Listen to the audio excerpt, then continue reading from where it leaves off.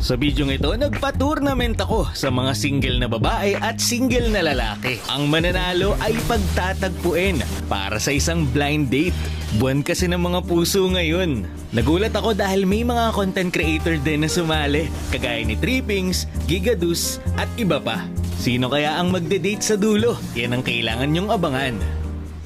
Paalala lang, ang lahat ng kasali dito ay 18 years old and above na. Kaya naman, let's go! Umpisa natin kay Trippings versus Clancy.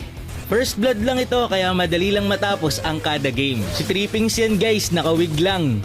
Alam niyo naman malakas talaga yung trip ni Trippings. So ang gamit niya nga pala dito ay Arlot, samantalang yung kalaban naman niya ay Gusion.